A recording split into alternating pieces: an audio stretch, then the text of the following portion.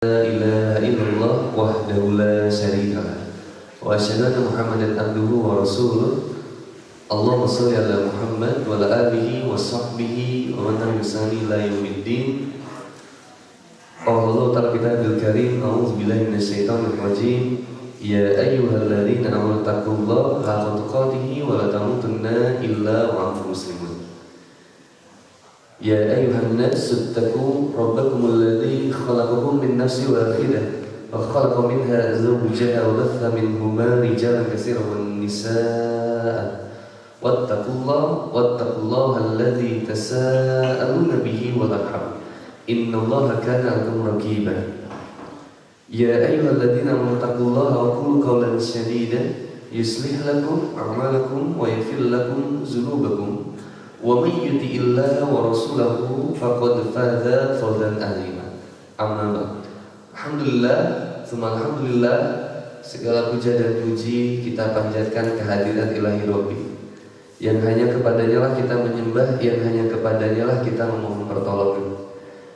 Dialah Allah Subhanahu wa taala yang Maha memberikan limpahan karunia hidayah kepada setiap manusia yang diridhoinya, yang diinginkan olehnya.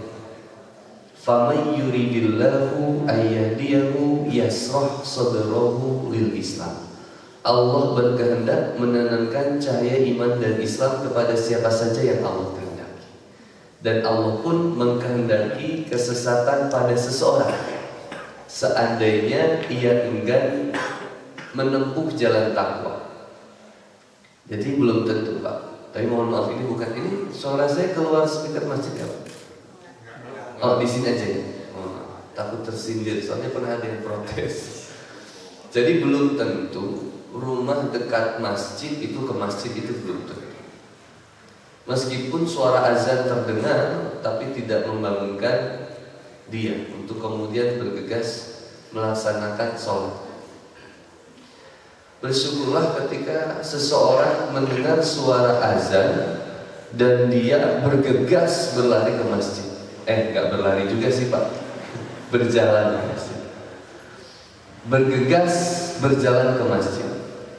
Allahu Akbar, Allahu Akbar. Dengar, mau dikasih hidayah. Orang Indonesia ini limpahan hidayahnya luar biasa. Azan di mana-mana, tabligh akbar juga di mana-mana. Jadi aneh kalau ada yang bilang saya masih belum dapat hidayah ini. Padahal kata orang Arab, orang Indonesia itu sorry. Karena lebih banyak tabligh akbar di Indonesia daripada di Arab. Di sini banyak Pak. Sampai ada kajian khusus milenial di Arab. Khusus milenial ada loh di sini. Subuh ada kajian, kan setiap minggu ada kajian. Wah itu masya Allah orang Indonesia. Kalau kita lihat di luar negeri itu jarang ada kajian. Hanya bersyukur kepada Allah. Tapi ada kata Allah, orang-orang yang dikehendaki kesesatannya oleh Allah. Siapa? Orang-orang yang enggan menjemput hidayah dari Allah. Maka sifat orang yang seperti ini disifati sama Allahnya langsung di Quran surat Al-Maidah. Dia akan merasakan doyikun harajan ka'anama yas'al fis sama. Dadanya sesak lagi sempit seperti mendaki ke langit. Jadi sesak, jadi banyak masalah kehidupannya. Mudah-mudahan kita semua termasuk orang-orang yang senantiasa diberikan limpahan hidayah. Ini pertama kali saya di Masjid At-Taqwa. Ini kalau nggak salah dekat Blok F ya Pak? Blok F. Iya. F1, F1. Di sini berarti ada 3 masjid kalau nggak salah. Ya di 4. Oh banyak. Sebelum sama musholanya ya Pak ya, yang kecil. Yang dekat Masjid An-Nur itu kan ada ya. Musola kecilnya. Ini masya Allah Pak, saya kalau ingat Marken itu ingat masa SD. Hanya saya ingat pernah bayar PLN di sini Pak, ngantri dulu Pak, sama ya sekolah tahun 2000. Dan ini pertama kali saya ke masjid ini Padahal dulu saya di sini banyak maksiat yang mungkin dulu. Tapi alhamdulillah Allah selamatkan. Gak pernah Pak ada cita-cita saya pengen tahu saya di Masjid At-Taqwa Pak dulu. Karena ya orang-orang tua saya juga bingung lihat saya. Kok bisa tobat gitu Pak. Jadi ini yang disebut famay yuridillahu ayyahdiyahu yasrah sadrahu lil Islam. Gak kepikiran tobat. Jadi ibu jangan nanti ngelihat anak sekarang susah ya bu ya diajak sholat. Tapi saya lihat anak muda di sini hebat nih, subuhnya udah rajin ke masjid.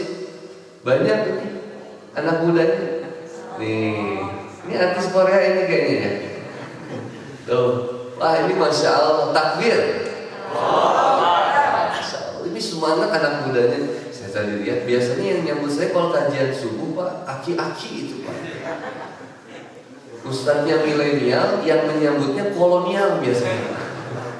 Tapi sekarang yang menyambutnya anak muda. Assalamualaikum Ustadz. Wah, masya Allah anak muda. Saya senang kalau anak muda udah subuhnya ke masjid. Artinya Pak, sederhana. Wilayahnya insya Allah wilayah yang penuh dengan keberkahan.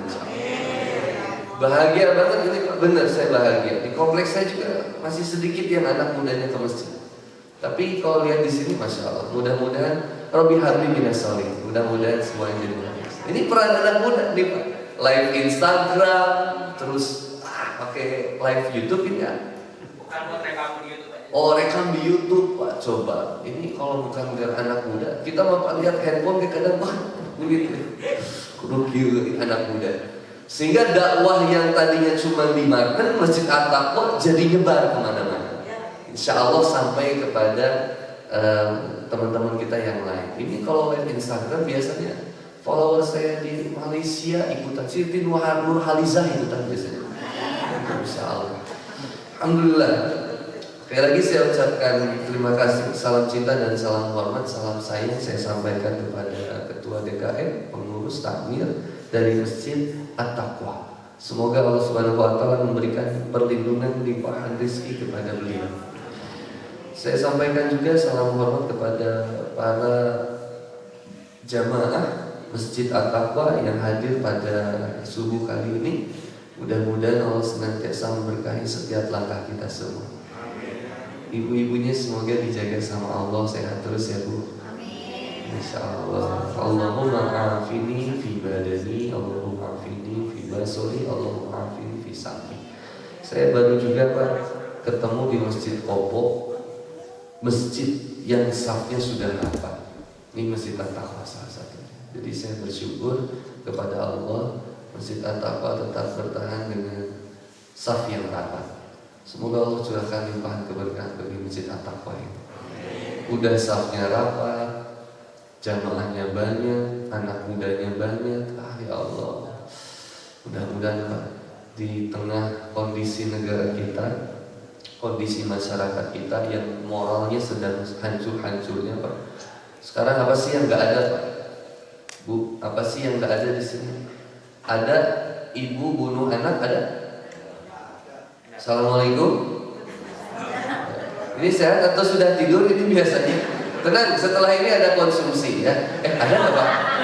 Nggak ada. Ada nggak ibu bunuh anak? Anak bunuh ibu? Anak merkosa ibu? Ada. Ibu merkosa anak? Ada, baru kemarin Bu usia 12 tahun. Anaknya laki-laki diperkosa oleh ibu. Anak merkosa ibu? Ada. Anak merkosa neneknya? Ada. Kakek merkosa cucunya? Ada. Dulu zaman Fir'aun, lahir bayi laki-laki baru dibunuh. Sekarang belum ketahuan laki atau perempuannya udah dibunuh. Aborsi di Indonesia 1,2 juta setiap tahun dan terus meningkat. 1,2 juta wanita aborsi setiap tahun. Dan itu usia-usia yang sangat muda Pak. Di Indonesia terjadi pernikahan dini sebanyak 2 juta pasangan. Pernikahan dini. Hampir lebih dari 50%-nya itu MBA, Married by Accident. Jadi ku hamil duluan sudah 3 bulan. Dibikin lagu, didangdutin gitu. Aneh gitu. Happy lagi nyanyiinnya, Pak. Dan 50%-nya bercerai muda. Jadi setiap tahunnya ada 1 juta janda di usia produktif. Kabupaten Bandung kalau tidak salah punya 17.586 janda, Pak. Bapak mau menyelamatkan tidak? Banyak, Pak. Ada 17.000, Pak. Ngeri. Itu baru di Kabupaten Bandung. Yang paling tinggi kalau nggak salah Sukabumi.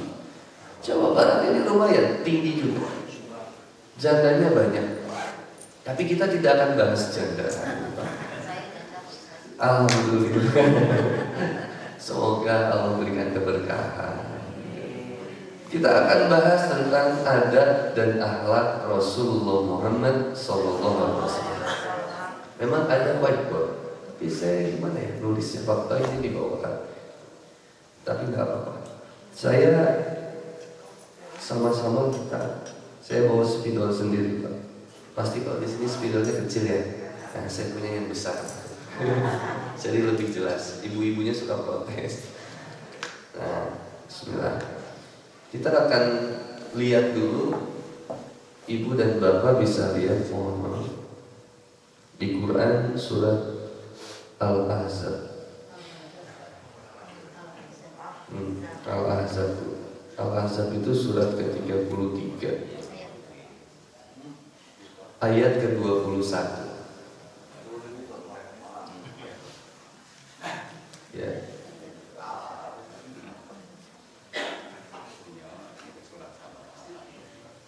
Oh, ini ada yang ada sama. Insyaallah. Maaf.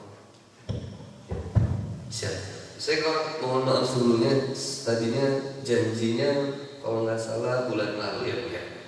Saya kebetulan harus dirawat, Pak. Jadi efek kenakalan dulu itu ternyata menggerus perut saya. Jadi ternyata usia tubuh saya usia sekarang 33 tahun.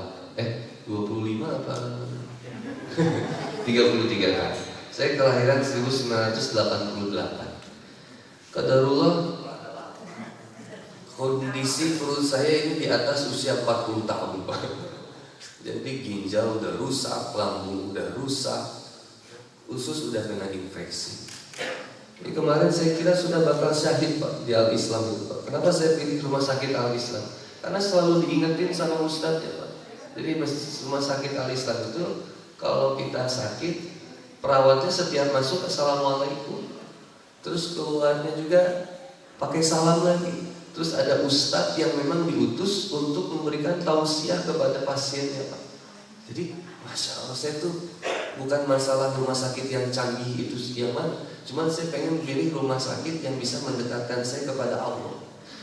Meskipun rumah sakit yang canggih banyak di Bandung, tapi saya udah pilih rumah sakit Al-Islam.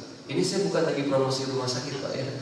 Cuman benar saya lebih pilih rumah sakit yang mampu mendekatkan saya kepada Allah. Lagi istirahatnya itu diputar audio line-nya Quran. Jadinya kan kita tenang. Mohon maaf, ada rumah sakit yang saudara saya kemarin sakit, Pak. Lagi sakit tapi di atasnya kan salib, itu PR. Itu kan deg-degan sih lagi. Alhamdulillah. Dikira saya mau syahid, Pak, kemarin. Karena kata Rasulullah Muhammad SAW, seseorang yang punya penyakit di perut, sakit dan meninggal, syahid itu insya Allah. Ternyata hirup kene, Pak. Artinya masih banyak PR ya. Terutama kondisi anak muda. A'udzubillahi minasyaitonirrajim. Bismillahirrahmanirrahim. Lihat Quran surat Al-Ahzab ayat ke-30, surat ke-33 ayat ke-21. A'udzubillahi minasyaitonirrajim. Bismillahirrahmanirrahim. Laqad kana lakum fi Rasulillahi uswatun hasanah liman kana yarjullaha wal yawmal akhir wa dzakarallaha katsiran. Sungguh telah ada pada diri Rasulullah Muhammad SAW suri tauladan yang baik bagimu, yaitu bagi orang yang mengharap rahmat Allah dan kedatangan hari kiamat dan yang banyak mengingat Allah Subhanahu wa taala. Ini kunci yang pertama tentang adab dan akhlak. Enggak apa-apa saya bawa ya. Saya izin coret-coretan, mohon maaf.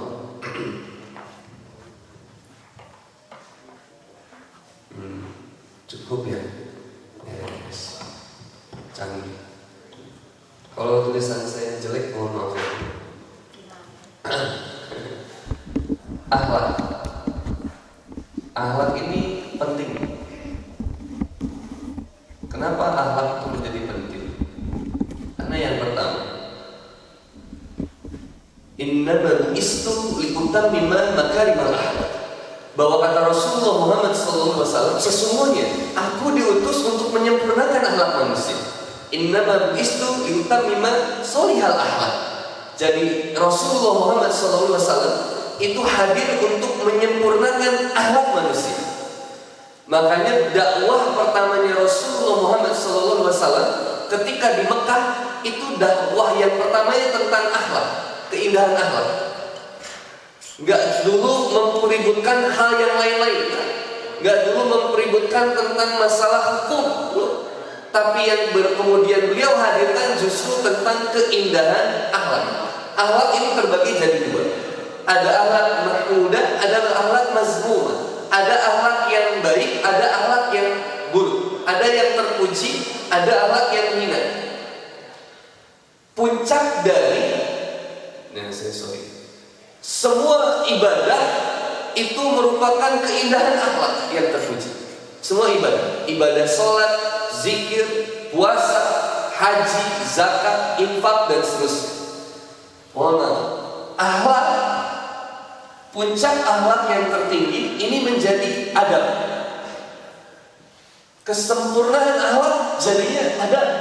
Maka pernah kita mendengar istilah, mari kita kalau ada calon pemimpin atau calon anggota legislatif yang lagi kampanye, mari kita membangun peradaban. Pernah dengar? Iya. Assalamualaikum. Pak, mau ini saya terlalu serius atau gimana? Mari kita membangun peradaban. Artinya, mari kita membangun akhlak yang sesuai dengan Rasulullah Muhammad SAW. Harusnya gitu. Karena adab ini bahasa Arab. Artinya bahwa puncak kemuliaan tertinggi sikap dan perilaku manusia itu adab. Maka kita akan lihat, Pak, akhlak itu terbagi dua. Ada akhlak yang terpuji, ada akhlak yang hina, yang buruk. Puncak akhlak yang terpuji itu jadinya adab. Makanya nggak ada, mohon maaf, istilah akhlak ke toilet nggak ada, akhlak makan nggak ada. Yang ada adab makan, yang ada adab ke toilet, yang ada adab ke tetangga, adab kemudian kita ke orang tua, adab kemudian ke guru, adab kepada Allah, adab ke lain, adab yang ada. Adab ini merupakan puncak kemuliaan tertinggi yang terpuji. Jadi akhlak yang terindah akan melahirkan kemudian adab. Yang menarik, Rasulullah Muhammad SAW, Nabi Muhammad SAW itu akhlaknya, kata Aisyah radhiyallahu anha, Rasulullah Muhammad SAW akhlaknya berupa Al-Quran.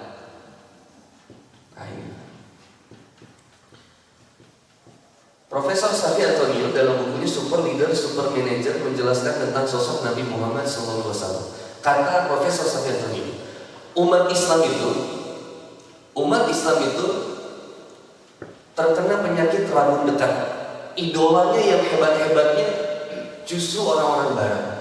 Orang Islam kagum sama Bill Gates, orang Islam kagum sama Adam Smith, pakar ekonomi. Orang Islam kagum sama pendiri Facebook itu siapa? Mark Zuckerberg. Kagum banget, Pak. Padahal Pak, Mark Zuckerberg, pendiri Facebook, pemilik WhatsApp dan pemilik Instagram sekarang, itu kagumnya sama Ibnu Khaldun. Canggih luar biasa, Masya Allah. Ibnu Khaldun itu bikin mukodimah, tebalnya segini. Mukodimah. Ibnu Khaldun itu lagi coba bikin tafsir tentang Al-Fatihah. Baru mukodimahnya doang udah segini bukunya. Nggak beres sebelum meninggal beliau. Tapi mukodimahnya ini dianggap menjadi ilmu yang luar biasa bukunya. Sampai kemudian Ini dikaji di barat sehingga menyebutkan bahwa Ibnu Khaldun seorang pakar ekonomi dunia. Ini luar biasa. Atau ada yang baru dengar nama Ibnu Khaldun mungkin? Sedangkan orang barat itu udah ngefans banget. Ibnu Khaldun, ini bayangin ada, kalau di Quran Pak, di Quran Bu, lihat bahasanya di dalam Al-Quran, Quran surat Al-Ahzab tadi Pak, dibacanya dengan kalimat laqad. Kata ulama, ini penekanan yang teramat sangat. Ibaratnya gini Pak, kok bisa sih kalian berperilaku seperti ini kan? Kok bisa sih kalian bersikap sifat seperti ini? Padahal di antara kalian ada seseorang yang begitu mulia. Itu penekanan yang luar biasa. Allah itu seperti yang menunjukkan kenapa kok bisa sih kalian sampai segitu. Padahal Michael Hart, orang Yahudi pula asli, dia menuliskan 100 tokoh berpengaruh di dunia. Yang pertamanya Muhammad. Itu orang Yahudi aja mengakui Pak, orang terbaik di dunia, manusia paling berpengaruh di dunia itu Nabi Muhammad SAW. Mohon maaf saya cerita Pak, saya zamannya ateis Pak, mau kembali lagi ke Islam itu sederhana, panjang perjalanannya Pak. Tapi yang pertamanya kemudian saya dapatkan, kalau Bapak pengen mengetahui, pengen mengetahui siapa manusia yang paling baik di dunia ini, paling hebat di dunia ini, silakan lihat siapa yang paling banyak dikisahkan dijadikan buku, biografinya, bahkan sampai sekarang nggak habis-habis dibahas. Ternyata cuma satu Pak, Rasulullah Muhammad SAW. Maka Syafi'i atau bilang umat Islam itu punya rabun dekat. Tentang apa? Tentang kemuliaan Rasulullah Muhammad SAW. Kita lupa ada sosok yang begitu hebat dan mulia. Maka Allah Subhanahu wa taala mengingatkan di Quran surah Al-Ahzab ayat 21, surat 33. Laqad kana lakum fi Rasulillahi uswatun hasanah. Sudah ada di antara kalian lagu fi Rasulillahi uswatun hasanah, suri tauladan yang paling terbaik. Laqad kana lakum fi Rasulillahi uswatun hasanah. Apa suri tauladan yang paling terbaik? Rasulullah SAW yang membawa akhlaknya berupa Al-Quran. Al-Quran ini adalah hadza bayanul linnas wa huda wa mau'izatul lil muttaqin. Al-Quran itu adalah satu fungsi Al-Quran, satu keterangan yang jelas. Ini nggak bisa terbantahkan. Keterangan jelas bagi siapa? Bagi manusia. Ini bagi manusia. Tulisan saya bagus ya. Yang kedua, hadza bayanul linnas wa huda, dan petunjuk. Wa mau'izatul muttaqin, petunjuk bagi orang-orang yang bertakwa. Orang-orang yang takwa. Jadi jadi Al-Quran itu buat umat Islam atau untuk manusia? Manusia. Bukan hanya buat orang Islam, tapi Al-Quran itu untuk seluruh manusia, untuk sampai kepada jalan kebenaran. Allah Subhanahu wa taala menghadirkan Rasulullah Muhammad SAW agar bisa menyelamatkan manusia bahagia dunia dan akhirat. Allah tuh sayang banget berada. Biasanya anak muda Pak. Allah itu sangat mencintai hamba. Meskipun berapa kali dikecewa. Mohon maaf nih Pak. Dikasih ada seseorang, ibu misalnya, ibu memberikan rumah kepada seseorang, bapak ngasih rumah kepada seseorang. Bukan hanya rumahnya, bapak kasih kendaraannya. Bukan hanya kendaraannya, bapak kasih kemudian hartanya. Bukan hanya harta, kendaraan, dan rumahnya, bapak juga kasihkan makanan buat di rumah itu, sama buah-buahan. Tapi ketika mereka sudah dikasih itu, dia bersikap buruk sama bapak, sama ibu. Setiap ketemu dicuekin bapak. Itu kira-kira ibu gimana? Kalau di telenovela tuh ibu nggak akan ngomong, tapi padahal ngomongnya awas aja gitu. Kayak di sinetron Ikatan Cinta itu ya. Saya nggak pernah nonton karena saya sibuk ngafalin Quran. Yang kafenya terbakar, terus kemudiannya sempat ambilnya masuk rumah sakit. Sekarang ada personil baru yang namanya si Irfan itu ternyata jahat gitu ya. Luar biasa. Saya nggak mengikut di sini. Saya juga nggak ada waktu saya Pak nonton bola gitu kan, nggak tahu saya. Kemarin tadi malam Persib menang ya Pak, 0-1 alhamdulillah. Yang ngegolin ini udah lama nggak ngegolin ini Pak. Kemudian tadi Liverpool juga menang Pak 0-1 juga sama Wolves ya. Itu di menit-menit akhir itu di Origi di menit ke 94 Pak. Saya nggak nonton Pak, tapi saya ingat kata Ustaz Adi Hidayat, guru kami. Kata beliau, kalau udah berusaha menghafalkan Quran, yang nggak pengen kehafal itu jadi hafal. Hongtong Caca-Caca ada 16 episode. Yang pemeran pertama itu yang namanya ada Hong Bangjang. Hong Bangjang itu nama aslinya Dusi. Dusi itu pemerannya namanya Kim Sen Ho. Kim Sen Ho ini punya masalah dengan mantan pacarnya itu penyiar berita janda anak saya. Tapi kan nggak penting kita bahas, nggak dihafalkan pun jadi hafal. Karena apa? Kalau udah biasa kita menghafalkan Quran, sesuatu yang nggak pengen dihafal, insya Allah jadi hafal. Padahal kita nggak minta dihafal. Cuman kalau memang itu aja cukup, pusing gitu Pak. Hanya berusaha kita fokus balik lagi ke sini Pak. Ketika dikasih kayak gitu, ibu kecewa nggak? Ada yang udah sama ibu kasih, anak aja Bu, ibu udah membesarkan anak, ibu yang melahirkan 9 bulan lama. Sakitnya melahirkan sama dengan 17 bulan patah secara bersama. Itu sakitnya luar biasa melahirkan. Tulang itu. Saya nemenin istri saya yang pertama, kedua, maksudnya istri pertama, kedua, ketiga.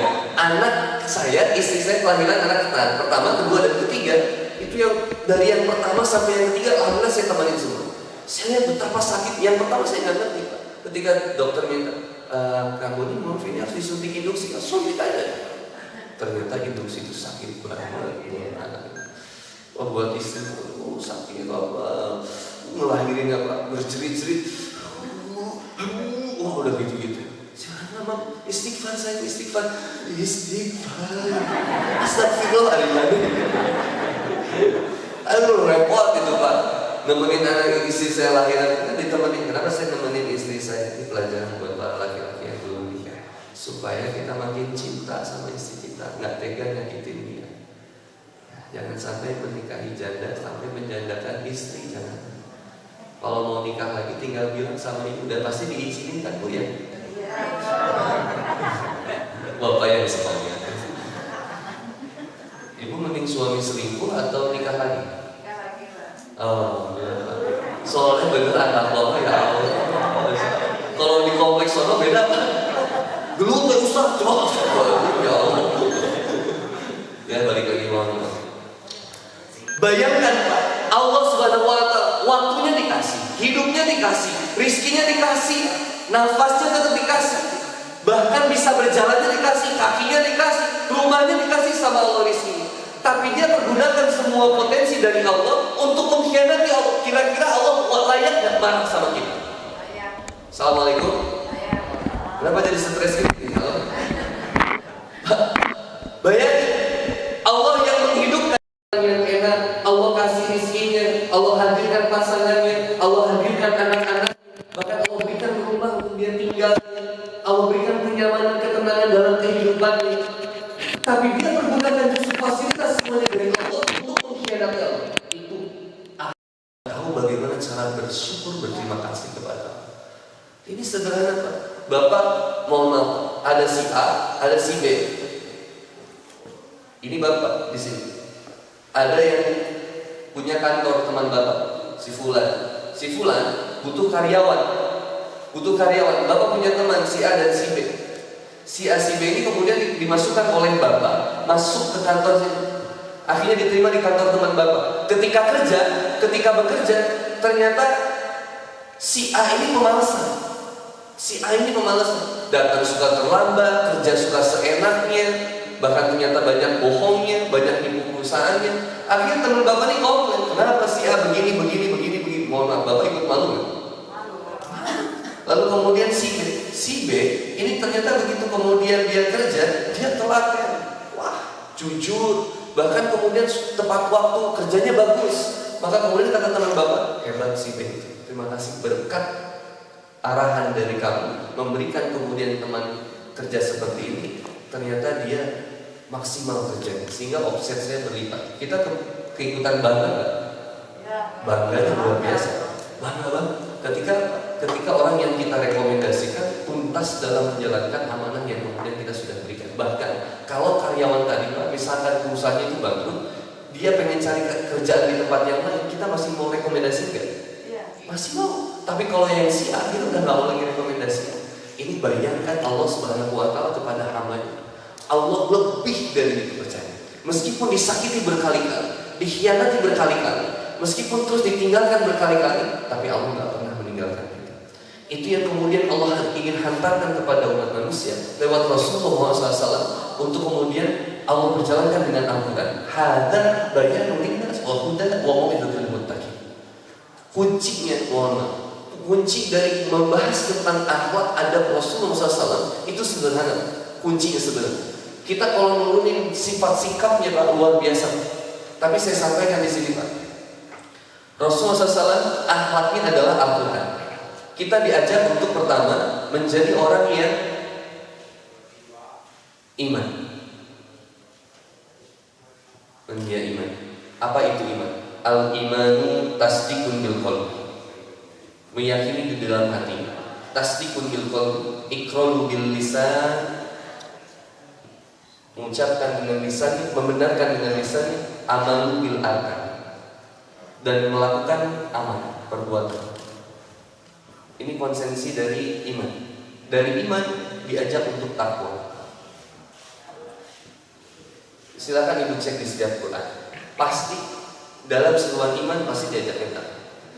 Ya ayyuhalladzina amanu, ya ayyuhalladzina amanu taqullaha hawal tanzur nafsu ma qaddamat liqad wattaqullaha innallaha khabirum bima ta'malun. Ya ayyuhalladzina amanu taqullaha haqqa tuqatih wa la tamutunna illa wa antum muslimun. Ya ayyuhalladzina amanu taqullaha wa qulu qawlan sadida, dan seterusnya. Bahkan perintah setiap amal. Ya ayyuhalladzina amanu kutiba alaikumusiyam kama kutiba alladzina min qablikum la'allakum taqwa. Ujungnya semuanya kepada takwa. Ini bayangkan Nabi Muhammad SAW memperjalankan Quran untuk kemudian mengimani Allah Subhanahu Wa Taala dengan hatinya, dengan lisannya, dengan amal perbuatan. Lalu kemudian diajak untuk bertakwa kepada Allah. Kalau ingin melihat adab akhlaknya Rasulullah SAW, ibu silakan lihat ayat-ayat yang berbicara dengan keimanan, dengan ketakwaan. Mau contoh yang mana? Mau lihat dalam keseharian? Yuk kita lihat. Karena sudah jam kita sampai jam berapa? 7 atau jam 8, jam 9, 11?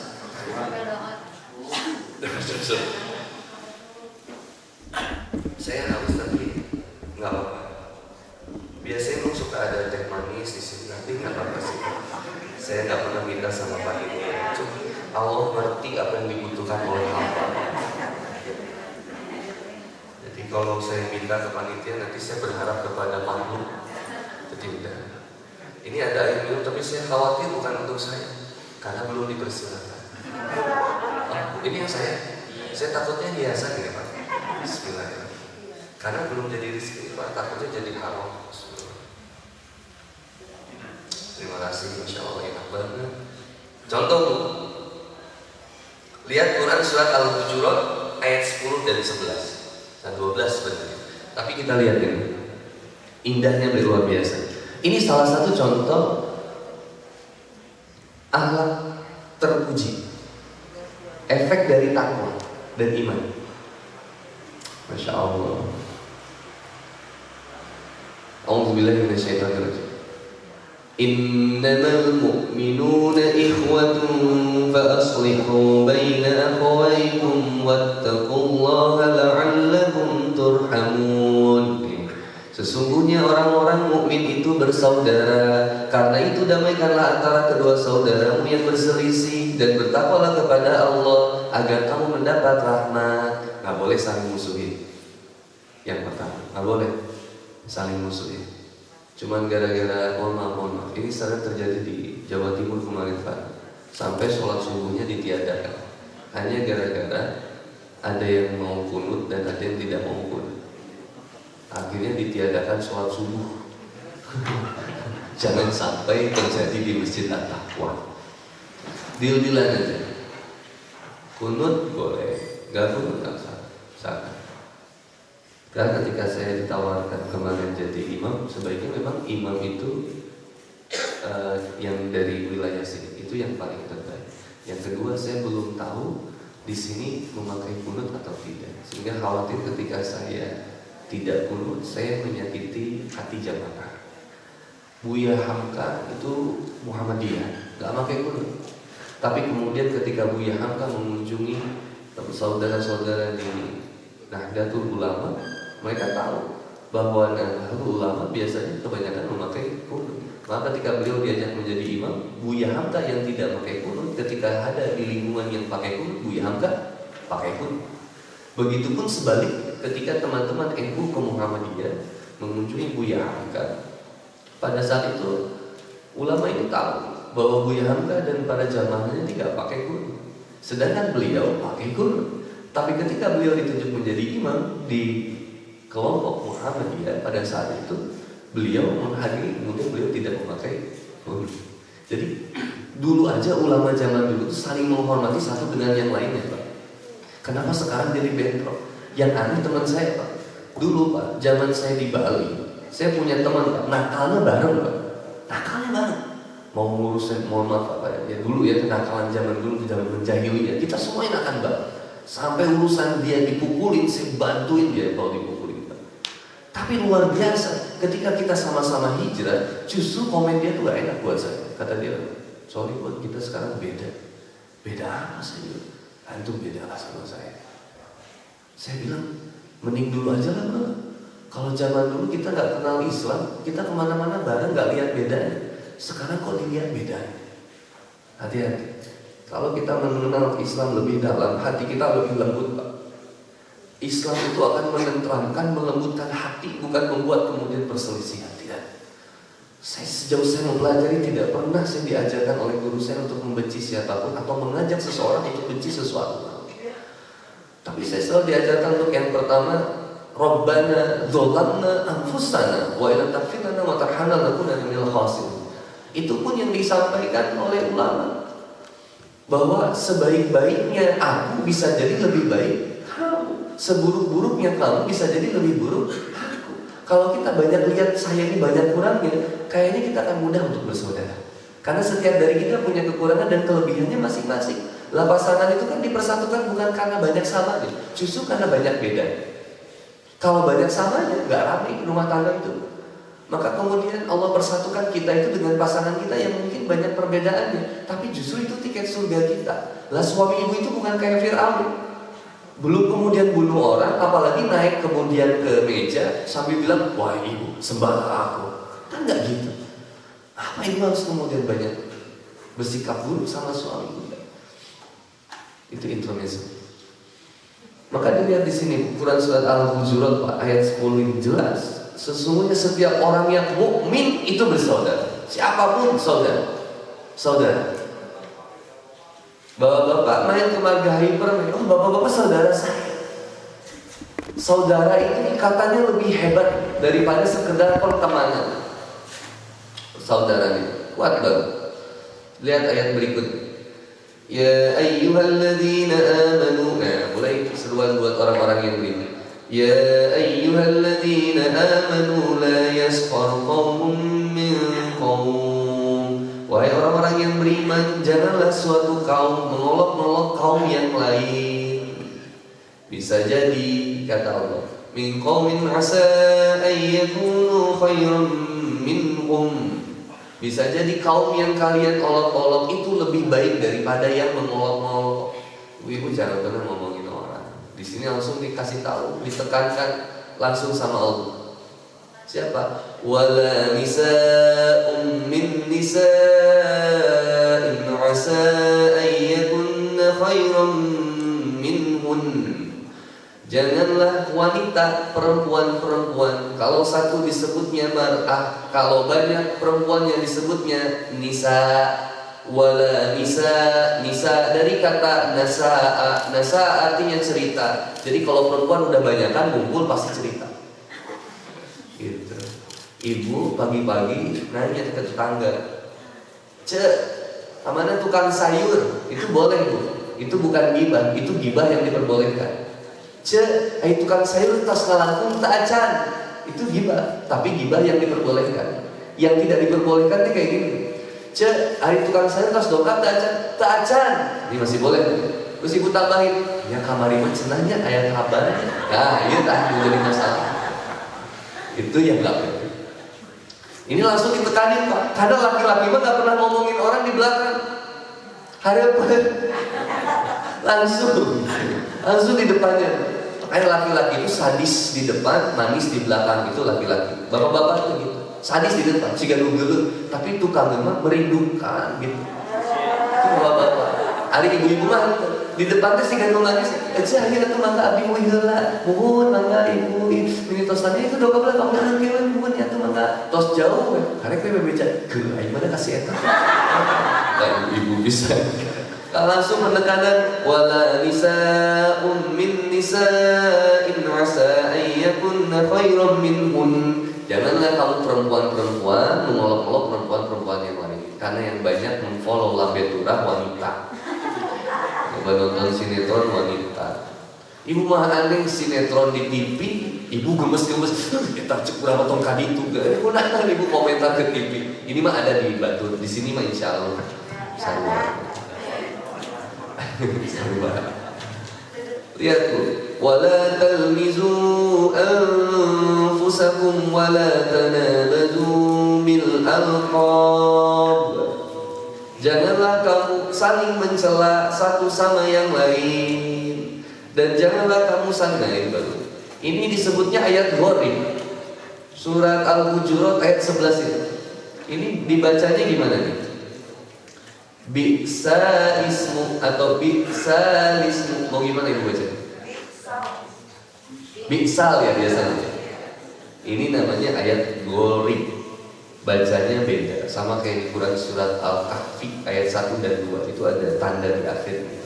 Ayat Gharib ini punya bacaan yang berbeda. Maka dibacanya bi'salismul fusuqu ba'dal iman. Bi'salismu langsung, bukan pakai ain, enggak gitu juga. Tapi bi'salismul fusuqu ba'dal iman wa man lam yatub fa ulaika humul zalimun. Dan janganlah kalian memanggil dengan gelar-gelar yang buruk. Seburuk-buruk panggilan adalah yang fasik setelah beriman. Bu, orang fasik itu yang kayak gimana? Assalamualaikum. Siapa yang bisa jawab? Orang yang fasik itu apa? 100.000 rupiah. Si Gana mau duit. Tadi dia dibekalan ke istri. Tuh. Apa? Bapak ada? Fasik itu apa? Enggak apa-apa. Yang mau coba berani siapa? Assalamualaikum. Fasik itu gimana?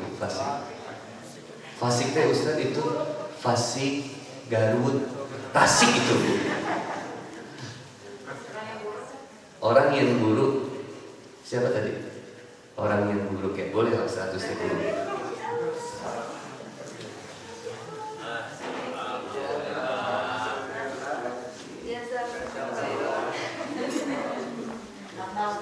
Tinggal di market juga. Tinggal di market. Oh di sini juga ya. Nah, sebenarnya kurang tepat jawabannya.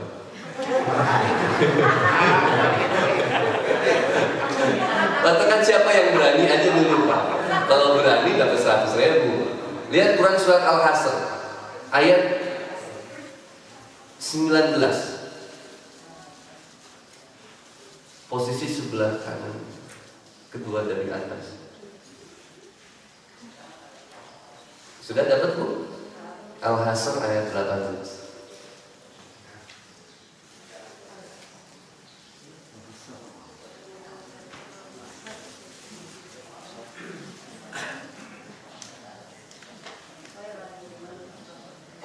Ada? Apa gimana Bu?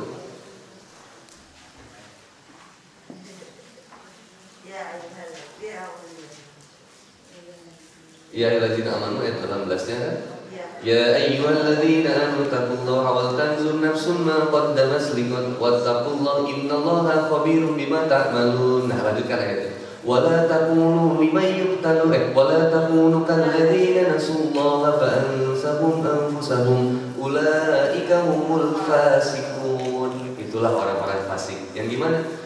Wala takunu kalladzina nasullaha fa ansahum anfusahum. Menjadi orang yang lupa kepada Allah. Lupa kalau tujuan kita hidup adalah Allah, ibadah kepada Allah. Tujuan kita ibadah mendapatkan ridho Allah. Tujuan kita menikah adalah mencari ridho Allah. Tujuan kita bekerja adalah ridho Allah. Kita kaya itu supaya kemudian kita banyak memberi di jalan Allah. Kita sehat itu untuk kemudian kita beribadah kepada Allah. Kata Allah, kalau udah lupa sama Allah, gak mau buat ibadah, kata Allah, maka Allah akan menjadikan dia lupa kepada dirinya sendiri. Dia gak akan tahu buat apa hidup di dunia ini. Maka akhirnya dia akan terombang-ambing dalam lautan kebingungan orang yang fasik. Ulaika humul fasikun. Seperti itu orang yang fasik.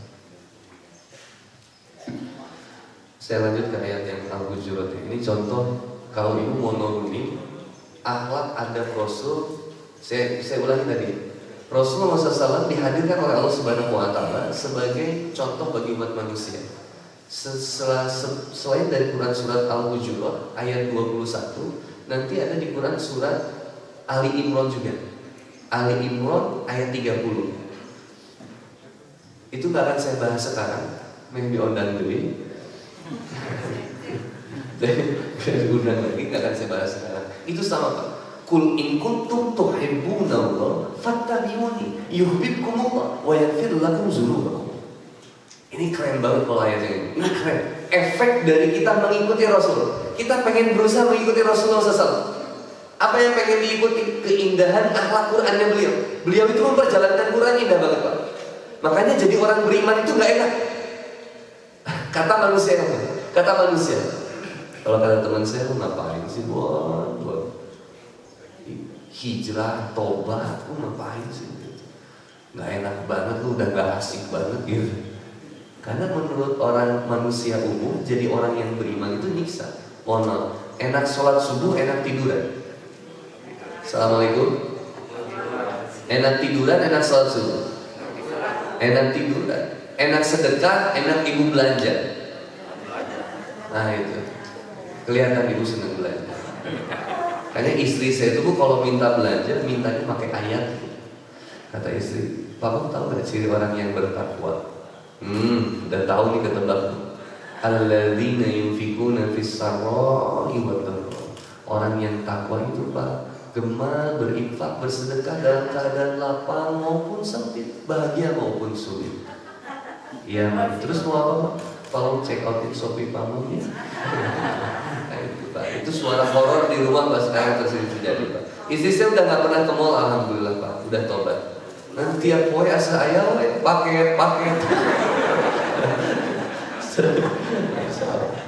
Gitu. Dan lihat Bu, berikutnya ayat 12 nih. Ya ayyuhalladzina amanu istanibu katsiran minadh dhann inna ba'dadh dhanni ismu wa la tajassasu. Oh ini masih yang ayat Al-Hujurat dulu. Iya, Al-Hujurat ayat 12. Wala tajassasu wala yaghtab ba'dukum ba'dha ayuhibbu ahadukum an ya'kula lahma akhihi maytan fakarihtumuh wattaqullaha innallaha tawwabur rahim. Wahai orang-orang yang beriman, ini kita pengen ngikutin akhlak adab Rasul. Ini yang salah satu contoh. Banyak Masya Allah. Saya pun belum seperti ini. Ya ayyuhalladzina amanu, hai orang-orang yang beriman, jauhilah banyak dari prasangka. Gak boleh suuzon sama suami. Ngecek HP suami itu menyiksamu. Ini buat yang pasangan muda. Kalau yang sudah 50 tahun ke atas menjalin rumah tangga, kayaknya udah sama-sama menjaga insya Allah ya. Gak boleh. Berhusnuzonlah kepada Allah meskipun salah. Lebih baik daripada suuzon kepada Allah meskipun benar. Apa maksudnya Ustaz? Jadi kalau kita berhusnuzon kepada Allah, meskipun sebenarnya nggak kayak gitu. Misalkan ibu berhusnuzon kepada suami, bahwa suami ibu tuh Masya Allah ya, kalau pulang malam itu sibuk kerja demi istri dan anak. Ibu husnuzonnya gitu, bismillah, mudah-mudahan Allah jaga, Allah berikan keselamatan. Ternyata ibu tahu kemudian 1 bulan kemudian ternyata selama ini suami pergi malam itu karaokean. Jadi husnuzon ibu benar atau salah? Tetaplah berhusnuzon kepada Allah meskipun salah, karena ibu tetap dapat pahala. Kalau ibu suuzon kepada suami udah dapat dosa meskipun benar. Gibah sama fitnah itu tipis kan. Kalau ibu ngomongin orang dan itu benar, namanya gibah. Kalau ibu ngomongin orang dan gak kayak gitu sebenarnya, namanya fitnah. Jadi ngomongin orang itu semuanya salah, mau benar atau enggak juga. Makanya keduanya kata Allah sesungguhnya tadi ya lanjutin. Banyak dari prasangka, nggak boleh kita banyak dari jauhilah prasangka buruk. Sesungguhnya sebagian dari prasangka itu dosa. Jadi berprasangka buruk atau ya berprasangka itu dosa. Makanya kata Allah, aku sesuai dengan prasangka hambaku. Jadi kalau kita banyak berprasangka buruk, emang jadinya begitu. Banyak-banyaklah berhusnuzon kepada Allah, supaya husnuzon kita jadi doa yang diijabah sama Allah. Gitu. Kenapa orang susah ngafalin Quran? Karena mindset pertamanya udah bilang susah, maka mau sampai kapanpun susah. Yang berikutnya, wala tajassasu, dan janganlah kamu mencari-cari kesalahan orang lain. Ya, ini efek sosial media ini luar biasa, Pak. Kesalahan orang tuh terus dicari. Ada yang nyalok itu sampai jejak digital belakangnya dicari terus. Ada yang jadi ya seleb artis gitu, baru kemudian dicari kesalahan. Itu luar biasa azab nanti dari Allah. Siapa yang membongkar aib seseorang, Allah akan bongkar aibnya. Siapa yang membicarakan kesalahan seseorang, Allah akan bongkar juga kesalahannya. Nauzubillah min dzalik. Maka sembunyikan aib saudara, tetangga kita, teman kita, sembunyikan meskipun kita tahu. Saya ingat adab akhlak seorang Ustaz Haikal Hasan. Ketemu saya di Jakarta, di Jogja waktu itu. Kita masuk ke kamarnya, ada seseorang yang mau menceritakan permasalahan salah seorang ustaz yang lain. Lalu ketika diceritakan ke beliau, Ustaz sudah dengar belum? Baru begitu Ustaz Haikal Hasan bilang begini, stop, gua kagak mau dengar. Udah gitu dulu. Kenapa kata dia? Gua kagak mau dengar berita buruk tentang saudara gue. Meskipun itu benar, gua kagak mau dengar. Udah, jangan ngotorin hati gue. Itu luar biasa. Haikal Hasan. Galak di mimbar tapi lembut hatinya sebenarnya. Insyaallah. Berikutnya, dan janganlah ada di antara kamu yang menggunjing sebagian yang lain. Janganlah. Apalagi di masjid. Ada seseorang anak yang protes, Pak. Kata anak ini, saya nggak anak muda ini, saya nggak mau ke masjid lagi. Kenapa?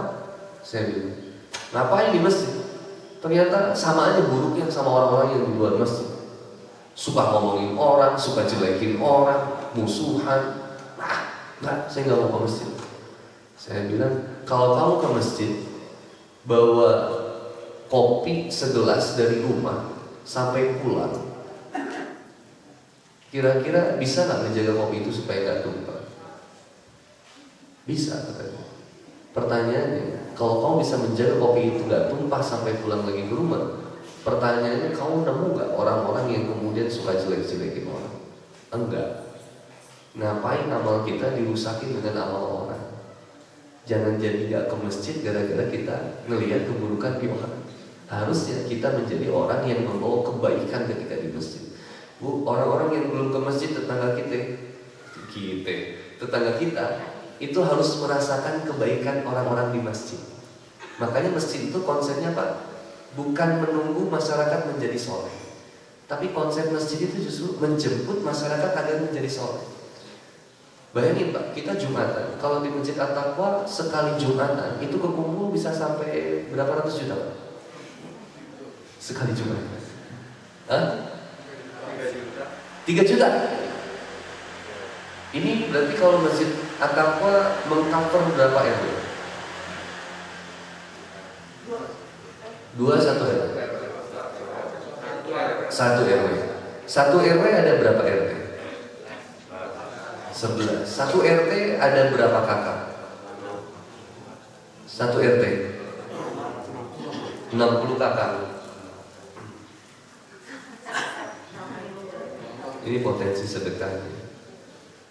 1 RT ada 60 kakak.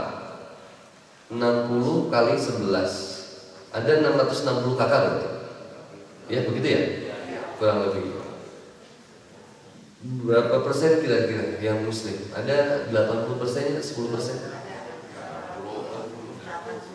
90. Berarti 90 persen dari 660 itu berapa? Ibu pagi-pagi udah disuruh ngitung. Bisa hari Minggu jangan suruh ngitung deh. Gitu ya. Tinggal 660 dikurangi 66 kan gitu. Berarti ada 500-an. 500 orang. 500 kakak, mohon maaf, 500 kakak yang muslim. Kalau saya kali 50.000, wah, 50.000 aja udah kan 25 juta satu kali tausiah. Satu kali Jumatan. Kalau 10.000, 5 juta, 10.000 itu. Ini 3 juta, berarti 5.000. Ngeri emang sedekahnya. 5.000. Tapi segitu juga udah buyuran, Pak. Tapi saya lihat satu gereja ibadahnya sama seminggu sekali, Pak. Tapi bisa ratusan juta. Yang beda apa ya, Bu? Sama-sama pengen masuk surga padahal. Yang beda apa kira-kira? Ini, Pak. Nanti ada suatu saat kalau saya diperkenankan kita bedah manajemen masjid seperti yang dikerjakan di Masjid Jogokarya. Saya sekarang ini lagi rutin di Jogokarya, Pak. Sebulan sekali saya ke Jogokarya. Alhamdulillah, sambil saya belajar, sambil juga saya membersamai anak mudanya di sana, di Jogja. Jadi sebulan sekali saya ke sana. Saya di Kabupaten Bandung, Abi mah teka pakai, Pak. Jogja tak pakai. Abi di Jogja, Pak, nggak bagus. Di Jogja saya di sana. Sama saya juga di Panjalu sama. Kalau di Panjalu syarat masjid jadi makmur itu orang tua ada, anak muda ada, anak kecil ada, ibu-ibunya ada. Jadi 4G, 4 generasi, 4 generasi. Ada anak mudanya, nggak ada orang tuanya, bermasalah itu. Ada orang tuanya, ada anak mudanya, tapi orang tuanya nggak mendukung anak mudanya, wah bermasalah juga. Saya suka Pak masjid kayak gini, udahlah Pak, jangan terlalu dimegah-megahin lagi Pak. Ini udah cukup segini Pak. Udah, yang penting Pak makmur masyarakatnya. Sekarang masjid Pak buat gede-gede Pak. Ini akan akhir zaman kayak gitu. Ustaz itu soalnya tidak menampung Jumatan. Jadi persepsi mereka kepada masjid itu gimana caranya menampung Jumatan. Masalah. Padahal yang harus dipikirkan itu gimana caranya masjid memberikan kesolehan sosial bagi masyarakat. Nanti suatu saat supaya kalau Bapak berkenan, silakan. Saya sangat senang banget Pak sharing tentang manajemen masjid.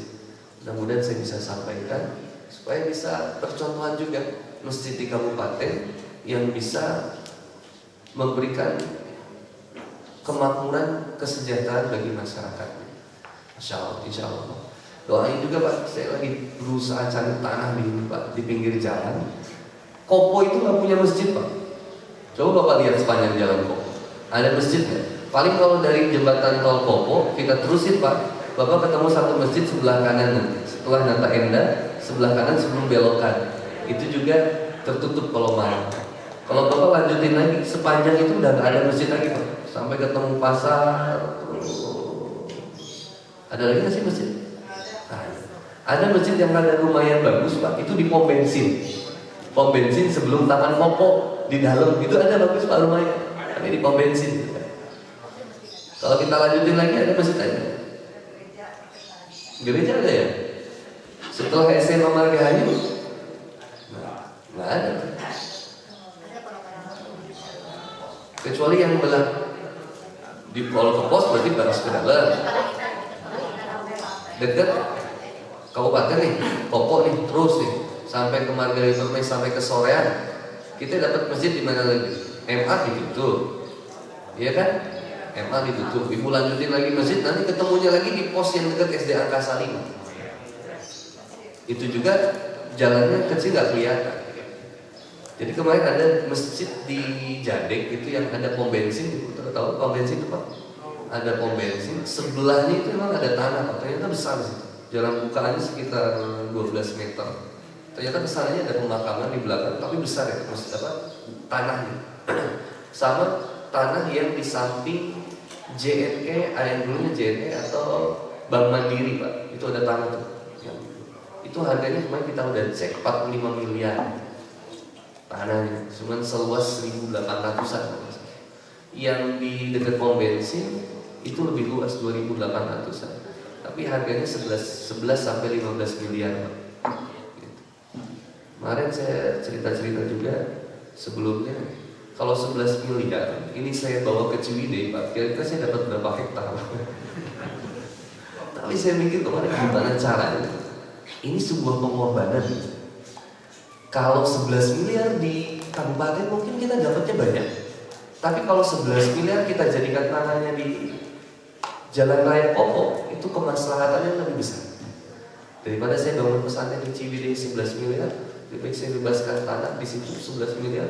Tapi orang-orang terselamatkan sholat. Wallahu bisa. Ya kita saling doa. Justru bagus kalau jalan masjid macet gitu. Saya mau buka masjid itu 24 jam Pak. Biar nggak tahu. Ada orang mau tobat Pak. Jalan ke masjid At-Taqwa, mau tobat Pak. Dikunci Pak. Akhirnya dia cari ini si abang lah kok tua. Jadi gue mabuk. Saya mabuk Pak. Indomaret 24 jam. Game online. Jadi masjidnya eleh ku SPBU, eleh ku Indomaret. Kenapa kita takut masjid 24 jam terbuka Pak? Sian speaker lagi. Ini lebih kecintanya kepada dunia. Kalau takut taruh akhirnya sip-sipan. Ronda anak muda gantian. Kalau enggak pakai satpam. Keamanan dari kita berdayakan Pak satpam. Dayakan kasih supaya masjid lagi. Saya senang kayaknya ada angkringan di sini Pak. Kalau udah pakai pagar ya nggak apa-apa sih. Kalau nggak dipagar juga wah terbuka. Orang pengen tobat, no stop active. One movement, one activity masyarakat gitu di sini. Ada pingpongnya, ada pingpong sini Pak? Ada? Belum ada. Ini sudah terfasilitasi bagus Pak. Atau saya sedekah meja pingpong aja Pak? Boleh? Iya nanti saya kontak ini deh. Insya Allah di sana. Supaya kita olahraga ada pingpongnya. Nanti bapak-bapak yang nggak ke masjid juga Pak, insya Allah Pak ada pingpong tuh ikutan main. Yang penting main dulu aja, nggak apa-apa. Main dulu di masjid itu jadi kepanjangan Pak. Udah jam segini. Ya mungkin gitu dulu aja.